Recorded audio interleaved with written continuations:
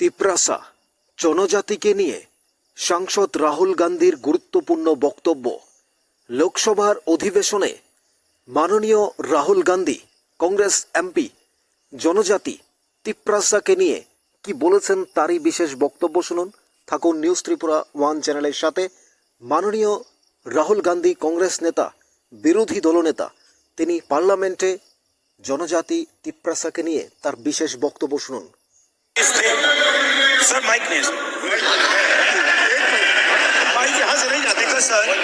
मैं नाम मेरी माइक आ जाएगा। स्पीकर सर, जो भी इस देश में दलितों की, आदिवासियों की, पिछड़ों की बात उठाता है, जो भी उनके लिए लड़ता है, उसको गाली खाना ही पड़ता है। और मैं ये सब गालियां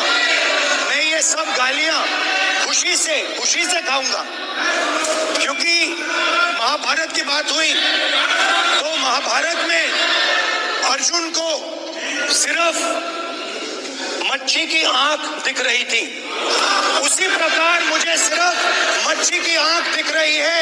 जाति जनगणना हम करा के दिखाएंगे।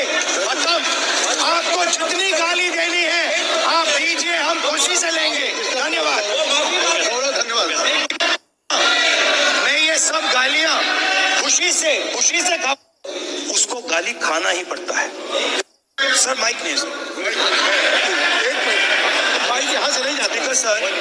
मैं नाम मेरी माइक आ जाएगा। स्पीकर सर, जो भी इस देश में दलितों की, आदिवासियों की, पिछड़ों की बात उठाता है, जो भी उनके लिए लड़ता है, उसको गाली खाना ही पड़ता है। और मैं ये सब गालियां खुशी से खाऊंगा, क्योंकि महाभारत की बात हुई तो महाभारत में अर्जुन को सिर्फ मच्छी की आंख दिख रही थी, उसी प्रकार मुझे सिर्फ मच्छी की आंख दिख रही है। जाति जनगणना हम करा के दिखाएंगे। मतलब आपको जितनी गाली देनी है आप दीजिए, हम खुशी से लेंगे। धन्यवाद। अर्जुन को सिर्फ मैं ये सब गालियां माइक आ जाएगा। स्पीकर सर, जो भी इस देश में दलितों की, आदिवासियों की, पिछड़ों की बात उठाता है, जो भी उनके लिए लड़ता है, उसको गाली खाना ही पड़ता है। दलितों की, आदिवासियों की, पिछड़ों की बात उठाता है, जो भी उनके लिए लड़ता है, उसको गाली खाना ही पड़ता है। और मैं ये सब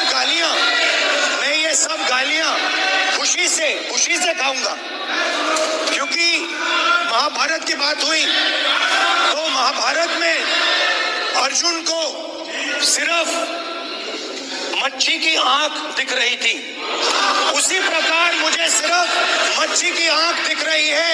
जाति जनगणना हम करा के दिखाएंगे। मतलब आपको जितनी गाली देनी है आप दीजिए, हम खुशी से लेंगे। धन्यवाद। শুনলেন কংগ্রেস নেতা এমপি মাননীয় রাহুল গান্ধীর এক্সক্লুসিভ বক্তব্য। তিপ্রাসা, আদিবাসী, দলিত সমস্ত অংশের মানুষকে নিয়ে তিনি কথা বলেছেন। অধিকারের জন্য তিনি লড়াই করছেন। তিনি মহাভারতে অর্জুনের সঙ্গে তুলনা করেছেন। তিনি বলেছেন, গালি সবাই দেবে, আর সেটা আমি মাথা পেতে নেব। আমাকে যদি যারা পিছিয়ে পড়া মানুষ রয়েছে, জাতি জনজাতি, তিপ্রাসা হোক, আদিবাসী হোক, দলিত হোক, এসটি হোক, এসসি হোক, তাদের জন্য যদি আমাকে গালি খেতে হয় আমি অবশ্যই খাবো, মাথা পেতে নেব, তবুও আমি তাদের জন্য লড়াই করব। সংসদে দাঁড়িয়ে এমপি, বিরোধী দলনেতা, বর্তমানে অত্যন্ত গুরুত্বপূর্ণ ভূমিকা পালন করছেন, যিনি আমাদের রাজ্যের প্রাক্তন মাননীয় প্রধানমন্ত্রী রাজীব গান্ধীর পুত্র। আমরা যাকে এক কথায় বলি যে গান্ধী পরিবারের সন্তান মাননীয় রাহুল গান্ধী, তিনি যেভাবে সওয়াল করেছেন অধিবেশনে, বর্তমানে যে বাজেট অধিবেশন চলছে, সে বাজেট অধিবেশনে দাঁড়িয়ে জনজাতি আদিবাসী কিংবা দলিতদের কথা বলছেন, আমাদের ভারতবর্ষের বিভিন্ন অঞ্চলে বিভিন্ন জায়গায় প্রতিটি রাজ্যে জাতি উপজাতি আমরা বাস করছি একসাথে, তো সেই জায়গায় দাঁড়িয়ে তাদের কথা বলছেন তাদেরকে নিয়ে যে কথা বলবে, জনজাতিকে নিয়ে যে কথা বলবে তারাই গালি খাবে, কিন্তু সেটা আমি মাথা পেতে নেব, সেটা আমি মাথা পেতে নিলাম। আপনাদের কি মনে হয় মাননীয় সাংসদ রাহুল গান্ধী, আপনারা 10 বছর আগে যে আমরা মাননীয় রাহুল গান্ধীকে দেখেছি, আজ এই 10 বছর পর আজকের বা আমরা কয়েকদিন আগে যে লোকসভা দেখলাম, 18তম লোকসভা আমরা দেখলাম, অর্থাৎ যেখানে মোদিজির নেতৃত্বে তৃতীয়বারের মতো প্রধানমন্ত্রী হয়েছেন মাননীয় প্রধানমন্ত্রী নরেন্দ্র মোদী, সেখানে রাহুল গান্ধীর এই জয় জয়কার, কারণ যেখানে তারা অনেকগুলো সিট তারা দখল করতে পেরেছে, অর্থাৎ সেই জায়গায় দাঁড়িয়ে এই লোকসভা অধিবেশন, যেটা ভারতবর্ষের অধিবেশন চলছে, সেখানে দাঁড়িয়ে অর্থাৎ মাননীয় রাহুল গান্ধী তার যে অত্যন্ত গুরুত্বপূর্ণ রাজনীতিবিদ হয়ে উঠেছেন, এক কথায় বিরোধী দলের মর্যাদা পেয়েছেন, বিরোধী দলের জায়গা তিনি দখল করেছেন, বিরোধী দলের নেতা হিসাবে সবাই তাকে গুরুত্ব দিয়ে দেখছেন। এখন লোকসভায় তিনি বা রাজ্যের ভারতবর্ষের অত্যন্ত গুরুত্বপূর্ণ পার্লামেন্টে যে অধিবেশন চলছে, সেখানে দাঁড়িয়ে তিনি প্রতিটি মানুষের জন্য কথা বলছেন, লড়াই করছেন, সেখানে দাঁড়িয়ে জনজাতিদের কথা, প্রতিটি মানুষের কথা, অর্থনীতি, সামাজিক পরিস্থিতি, দেশের উন্নয়ন, দেশের চিন্তা এবং সমালোচনা যা করার তা করছেন, কন্টিনিউয়াসলি তিনি বলে যাচ্ছেন, অর্থাৎ বাস্তব চিত্রগুলো তুলে ধরছেন, যেটা আমরা 10 বছর আগে মাননীয় রাহুল গান্ধীর প্রতি সম্মান রেখে বলছি, যেটা আমরা দেখিনি।